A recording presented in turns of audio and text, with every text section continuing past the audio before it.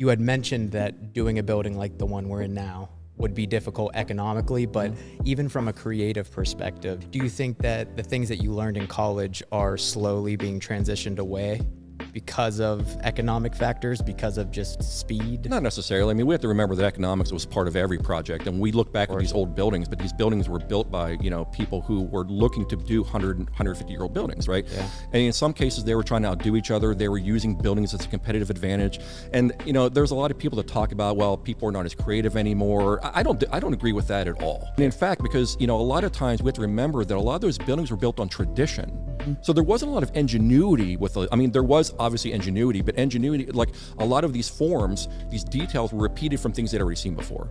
And not to say that was easier, right? But they were building on sort of a lexicon that other people understood. Now, sometimes you have to create lexicons out of nothing, right?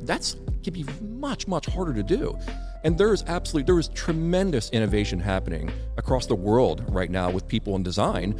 It's just not as obvious because it may not look like the traditional architecture that people may like.